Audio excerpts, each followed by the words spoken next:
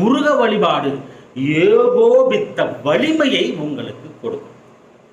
நல்லா புரிஞ்சுக்கணும். முக்கியமான காரியங்களுக்கு செல்லும் பொழுது மண்ணை தொட்டு கும்பிட்டுட்டு போனீங்கன்னா ரொம்ப நல்லது. ஒரு ஒரு நீங்கள் காட்டிலே குடியிருக்கிறீங்க, வெளியில் போகிறீங்க, மண்ணை தொட்டு இப்படி வந்து கும்பிட்டுட்டு போகிறது ரொம்ப நல்லது.